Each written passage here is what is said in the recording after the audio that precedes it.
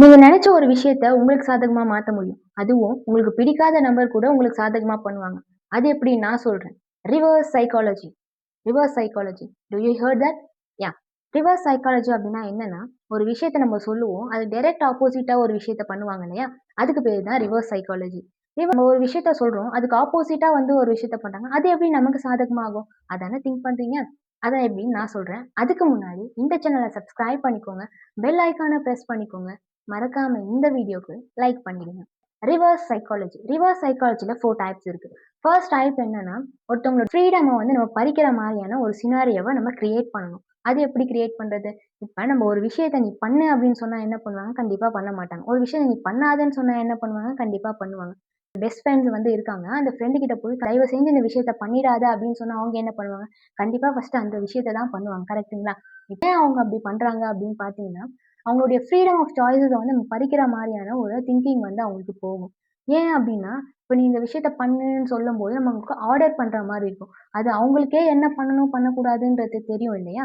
So நம்ப சொல்லும்போது, அவங்களுக்கு அவங்களுடைய ஃப்ரீடம் ஆஃப் சாய்ஸஸ வந்து நம்ப பறிக்கிற மாரியான ஒரு திங்கிங் வந்து வரும். அதாவது நீ பண்ணக்கூடாதுன்னு சொல்லும்போது, அவங்களுக்கு அதனால தான் கோவமே வரும். ஆங்ரியா வந்து அவங்க ரியாக்ட் பண்ணுவாங்க. ஸோ, நீங்க ஒருத்தவங்க கிட்ட இருந்து அந்த விஷயம் அவங்க பண்ணணும் அப்படின்னு நீங்க எக்ஸ்பெக்ட் பண்ணீங்கன்னா, அத அவங்க கிட்ட நீங்க பண்ணாதன்னு சொல்லி பாருங்க. அவங்க கண்டிப்பா அந்த விஷயத்த பண்ணுவாங்க. இதன் மூலியமா நீங்க நெனச்ச ஒரு விஷயத்த உங்களுக்கு சாதகமா மாத்திக்கலாம். டைப் 2. டைப் 2ல வந்து ஆஃப் த சாய்ஸஸ வந்து நம்ம அவங்க கையிலேயே குடுத்துட்டு, ஏதாச்சும் சூஸ் பண்ணு அப்படின்னு சொல்ல போறோம். ஃபர்ஸ்ட்ல வந்து அவங்களுடைய ஃப்ரீடம நம்ம பறிக்கிற மாரியான சினாரியோவ கிரியேட் பண்ணணும். கரெக்ட்டுங்களா?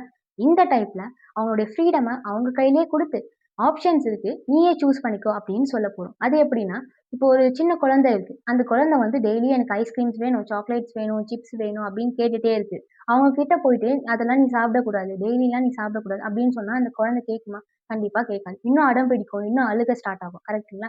இப்ப இந்த 2 ஆப்ஷன்ஸ வச்சு அவங்கள நீங்க கன்சோல் பண்ணணும். எப்படின்னா, நீங்க அவங்களுக்கு 2 ஆப்ஷன்ஸ் குடுக்க போறீங்க. என்னன்னா, நீ வந்து ஐஸ்கிரீம், சாக்லேட்ஸ் எல்லாமே சாப்பிடலாம். ஆனா 2 வாரத்துக்கு ஒரு டைம் தான் அந்த ஐஸ்கிரீம், சாக்லேட்ஸ் எல்லாமே சாப்பிடணும். அப்படின்ற ஒரு ஆப்ஷனும், செகண்ட் ஆப்ஷன்ஸ் என்னன்னா, நீ இனிமே ஐஸ்கிரீம், சாக்லேட்ஸ் எல்லாமே சாப்பிடவே கூடாது அப்படின்ற மாரி ஒரு ஆப்ஷன்ஸ். இப்ப 2 ஆப்ஷன்ஸ் நீங்க குடுக்கும்போது, அவங்களுக்கு சாதகமான ஒரு ஆப்ஷன்ஸ் என்ன? ஆப்ஷன் 1 2 வீக்ஸ் ஒன்ஸ் நான் வந்து சாப்பிடலாம் இல்லையா? அந்த ஆப்ஷன நான் சூஸ் பண்றேன் அப்படின்ற மாரி அந்த குழந்தை வந்து சூஸ் பண்ணிக்கும். ஸோ உங்களுக்கு தேவையான ஒரு விஷயம் என்ன? அந்த குழந்தை டெய்லி சாப்பிடக்கூடாது. அப்போ இதன் மூலியமா உங்களுக்கு சாதகமா ஒரு விஷயத்த நீங்க மாத்திக்கலாம். டைப் 3. டைப் 3ல என்னன்னா, ஒருத்தவங்களுடைய ஈகோவ நீங்க ப்ரொவோக் பண்ணணும். அதாவது ட்ரிகர் பண்ணணும். ட்ரிகர் பண்றது மூலியமா உங்களுக்கு சாதகமா ஒரு விஷயத்த நீங்க மாத்திக்கலாம். அது எப்படின்னு நான் சொல்றேன். அச்சீவ்மென்ட்ஸ், அவார்டு இந்த அவார்ட் செரிமனிஸ்லலாம் வந்து நெறைய ஆக்டர்ஸ் அண்ட் ஆக்ட்ரஸ்லாம் வந்து நீங்க பார்த்திருப்பீங்க. At the starting of the career வந்து எனக்கு எந்த சப்போர்ட்டுமே கிடைக்கல. எல்லாருமே வந்து என்ன புட் டவுன் தான் பண்ணாங்க. "உனக்கு இது வராது. நீ செட் ஆக மாட்ட. நீ அந்த லெவலுக்குலாம் போக மாட்ட. இதெல்லாம் உனக்கு கண்டிப்பா செட் ஆகாது. உனக்கு டேலண்டே இல்ல." அப்படின்லாம் நெறைய பேர் சொல்லியிருக்காங்க. அதெல்லாம் வந்து ஒரு ஃபுட் ஸ்டெப்ஸா எடுத்து தான் நான் இப்ப இந்த அச்சீவ்மென்ட் வந்து பண்ணியிருக்கேன் அப்படின்ற மாரி சொல்லுவாங்க. அவங்க பண்ணது ஒரு ப்ரொவோக்கிங் தான். உன்னால இது முடியாதுன்னு சொல்லும்போது, கண்டிப்பா நம்ம பிரெயின் என்ன பண்ணும்னா, அதுக்கு ஆப்போசிட்டா என்னால எப்படி முடியாது? அதுக்குன்னு சொல்லிட்டு நம்ம எஃபோர்ட் போடுறத வந்து அதிகப்படுத்துவோம். ஸோ அது வந்து ஒரு ரிவர்ஸ் சைக்காலஜி ஒரு ப்ரொவோக்கிங் பண்ணி விடுற மாரியான ஒரு திங்க் தான். இப்ப இத வச்சு ஒரு விஷயத்த நமக்கு சாதகமா எப்படி மாத்திக்க முடியும்? அதானே? யாஹ்! இப்ப நம்ம ஆஃபீஸ்ல வந்து ஒருத்தவங்க வொர்க் பண்றாங்க. இப்ப இந்த வொர்க் லோட வந்து அவங்க கிட்ட நம்ப இப்ப அந்த வொர்க்க வந்து நீ பண்ணிடு அப்படின்னு சொன்னா, அவங்க கண்டிப்பா பண்ண மாட்டாங்க. இப்ப நீங்க எப்படி சொல்றீங்கன்னா, இது வந்து ரொம்ப இம்பார்ட்டன்டான ஒரு வொர்க். இத ஹைலி நாலேட்ஜபிள் பெர்சனால மட்டும் தான் பண்ண முடியும். நீ இப்போ 2 டேஸ்க்கு மட்டும் இத வந்து மெயின்டெயின் பண்ணிட்டு இரு. அதுக்கப்புறம் நான் வந்து வேற ஒரு பெர்சன் கிட்ட வந்து சேஞ்ச் பண்ணிடுறேன்.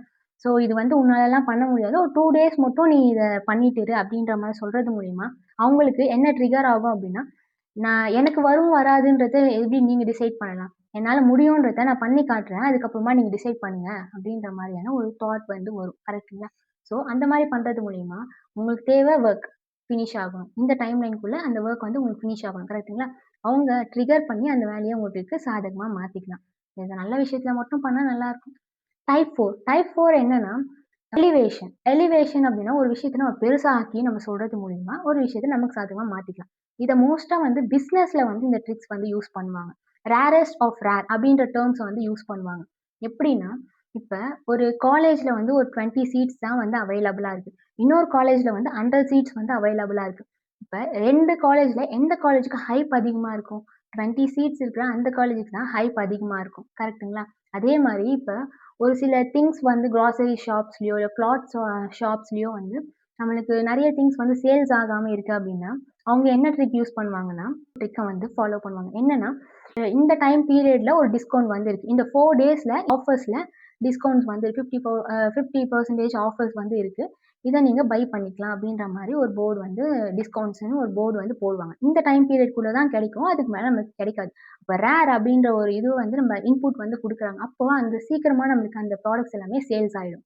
இது ரிவர்ஸ் சைக்காலஜி. இத நம்ம பிசினஸ் ட்ரிக்ஸ்ல நெறைய இடத்துல நம்ம யூஸ் பண்ணுவாங்க. இன்னும் டீட்டெயிலா வீடியோ வேணும்னா கமெண்ட் பண்ணுங்க.